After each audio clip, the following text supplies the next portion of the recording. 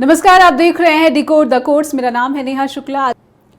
भारत में पुलिस कर्मियों और सुरक्षा कर्मियों पर काम का तनाव और वर्क संबंधी माहौल को लेकर समय समय पर ऐसी रिपोर्ट्स सामने आती रहती हैं जिनमें ये कहा जाता है कि विपक्ष पुलिस कर्मियों और सुरक्षा कर्मियों के मानसिक सेहत पर ध्यान दिए जाने की गंभीर आवश्यकता है। लेकिन कई बार ये भी आरोप लगते हैं कि सुरक्षा कर्मियों की मानसिक सेहत को विभाग के आला अधिकारी ही ज्यादा तवज्जो नहीं देते।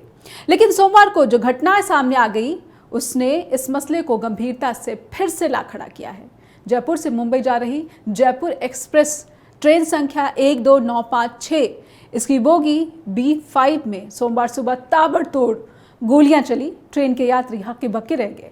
गोली चलाने वाला शख्स रेलवे प्रोटेक्शन फोर्स RPF का जवान था। उसने 4 लोगों की हत्या कर दी। आइए पूरी घटना पर देखते हैं हमारी ये विशेष पड़ताल क्या कहती है। जस हिंदी के पास जो जानकारी मिली है उसके अनुसार जयपुर से मुंबई जा रही जयपुर एक्सप्रेस जिसकी ट्रेन संख्या थी 12956 इसकी बोगी B5 में सुबह तड़के करीब 5:30 पर ट्रेन यात्रियों को गोली की आवाज सुनाई पड़ी। यह हादसा महाराष्ट्र में पालघर स्टेशन के पास पेश आया। RPF के कांस्टेबल जिनका नाम चेतन बताया गया, उसने अपने सीनियर टीकाराम से किसी बात को लेकर बहस की और इसी बीच बहस इतनी बढ़ी कि उसने गोलियां चलाना शुरू कर दिया। B5 कोच में गोलीबारी के बाद आरोपी कांस्टेबल चेतन कुमार चौधरी दूसरी बोगी की ओर भी बढ़ गया। यहां जाकर उसने 3 यात्रियों को गोली मार दी। इस दौरान कई राउंड फायरिंग की गई। सिपाही और 3 अन्य लोगों ने मौके पर ही दम तोड़ दिया।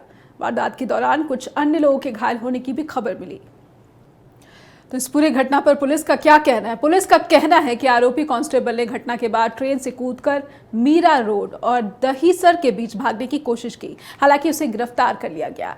बताया यह भी गया है कि चेतन का किसी बात को लेकर एस्कॉर्ट ड्यूटी के प्रभारी ASI टीकाराम मीणा से विवाद था। धीरे धीरे ये विवाद इतना बढ़ गया कि चेतन ने फायरिंग शुरू कर दी। अधिकारी ने कहा है कि बोरीवली रेलवे स्टेशन पर शवों को ट्रेन से बाहर निकाला गया। अधिकारियों ने कहा है कि RPF का आरोपी जवान मीरा रोड रेलवे पुलिस की हिरासत में है। घटना पर पश्चिमी रेलवे की तरफ से भी बयान जारी किया गया है।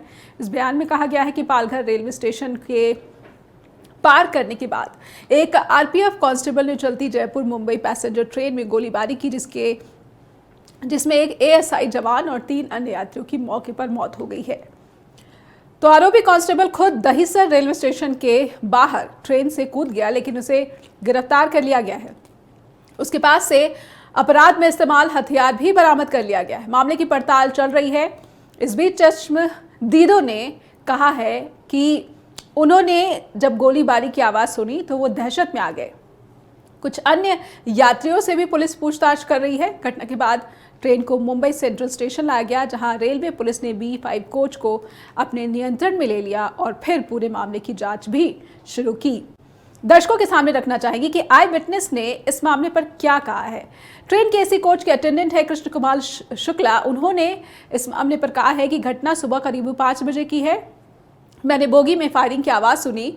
जब AC कोच की ओर भागा तो देखा कि फर्श पर नीचे शव पड़े हैं। आरोपी कांस्टेबल चेतन सिंह रिवॉल्वर हाथ में लेकर बोगी में टहल रहा है। ASI टीकाराम गोली लगने से नीचे गिरे थे। चेतन सिंह ने कुछ यात्रियों को भी गोली मार दी थी। इस घटना से बोगी में मौजूद दूसरे यात्री भी बुरी तरह से डरे हुए थे। हत्याकांड के बाद चेतन सिंह ने दहीसर रेलवे स्टेशन के पास चेन खींच दी और फिर मौका देखकर भाग निकला, लेकिन बाद में उसे गिरफ्तार कर लिया गया है। फिलहाल GRP के जवानों ने चेतन सिंह को अरेस्ट कर लिया है। हत्या का शिकार हुए सभी 4 लोगों के शवों को कांदिवली के शताब्दी अस्पताल में पोस्टमार्टम के लिए भेज दिया गया है। चेतन सिंह की तरफ से चलाई गई गोली के निशान बोगी में लगी कांच के खिड़कियों पर भी देखे गए। इस पूरी घटना ने कई सवाल खड़े किए हैं कि देश के जो सुरक्षाकर्मी हैं, देश के जो पुलिसकर्मी हैं, उनकी मानसिक सेहत को लेकर क्या ज़्यादा गंभीरता नहीं दिखाई जाती? क्या समय पर उन्हें उपचार नहीं मिलता?